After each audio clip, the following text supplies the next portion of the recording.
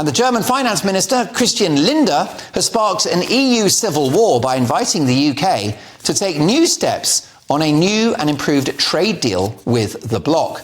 He even goes as far as to say, call us. However, this offer has sparked outrage from some of his EU counterparts who say Germany cannot make this offer without member agreement. So, are the EU missing us? And is post-Brexit Britain having the last laugh? Let's ask the former government minister, best-selling author and television personality Anne Widdecombe. And how much is the EU missing Britain, do you think? Oh, I think it's missing us quite considerably. I think it's missing our contribution.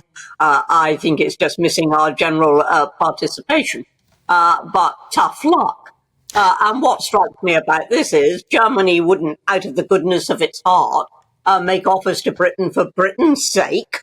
This is Germany saying, oh dear, we're not doing so well out of this Brexit business. Perhaps we should try to swing it a little more our way. I mean, that is effectively what's going on. And yes, we should all be laughing at that. Well, yes, the Germans would like to sell us more of their Mercedes-Benz and BMWs and their Lowenbrau lager, wouldn't they? Well, of course they would. There is no country in the world that doesn't want to sell more of its own products, Germany's not an exception to that, but it's feeling the draft since we've left. And could I indulge in a conspiracy theory with you? I just wonder whether in 5 to 10 years' time, the EU will be so desperate to have us back, they'll say, you know what, you can have the old deal and we'll get you back in. No Schengen, no euro, maybe even a cap on free movement. Is that possible? No, that's not possible, and I think we all know that. And indeed, I think we would need to be very, very wary because we saw where it led last time. So I think the only sensible answer to that would be no. I mean, my actual fear in all of this is not Germany, it's not the EU, it's Keir Starmer, who has said in terms, and this is probably what has encouraged Germany, he said in terms that he wants to negotiate a better deal. Now, a better deal actually means, of course, the single market or the customs union or further regulation or whatever it might be. The deal is not going to work solely in our favour. We haven't got a particularly good deal at the moment. Let's not make it any worse. However, Anne, Keir Starmer is very clear. He does not want Britain to go back into the single market or join a customs union. He wants British retailers to be able to sell more of our goods to the EU. I mean, surely he's right to push for that improved deal, don't you think? I think he should leave it to businesses to export their goods to the EU and to sell their goods into the EU because they happen to know what they're doing. Don't be fooled by this business of, Keir Starmer doesn't want to rejoin, Keir Starmer doesn't want the formal single market, he doesn't want the formal customs union. There are two ways of doing it, as I've said before. One is to actually re-enter, which we'll never do. But the other is simply to align ourselves so much with the EU that we are still under their dictation. And that is what is going on. We should be completely free to do what we want to do. And above all, we should be doing it, which Hunt and Sunak are not.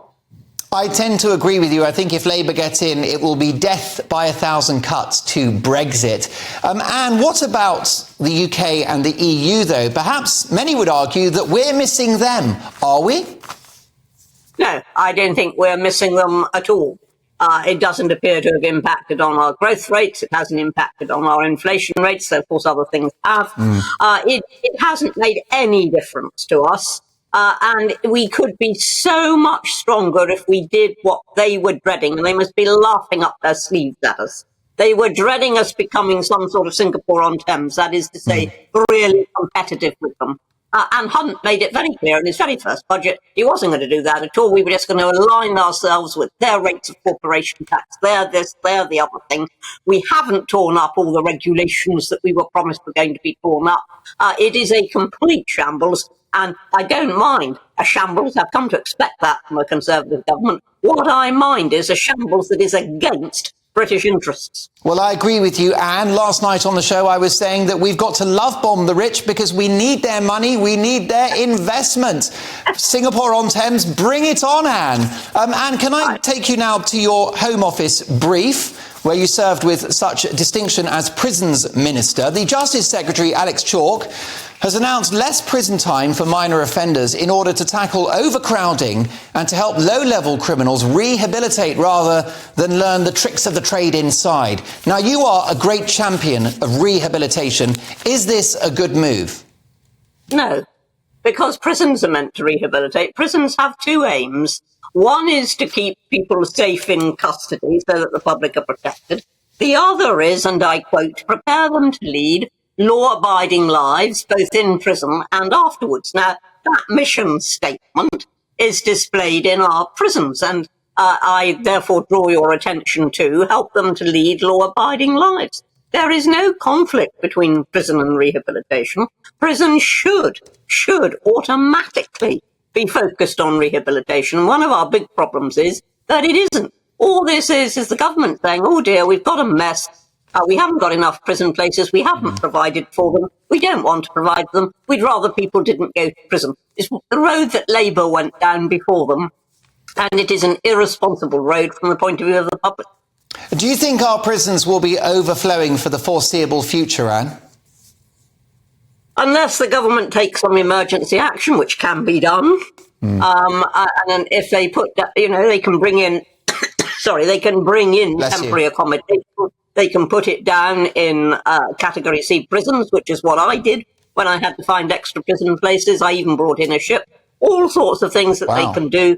Let them get on and do it. I did it. They can do it. And it's always the highlight of the weekend to have you on. We'll see you next Sunday. And I know you've got a little bit of a cold there, so thank you so much for joining us. And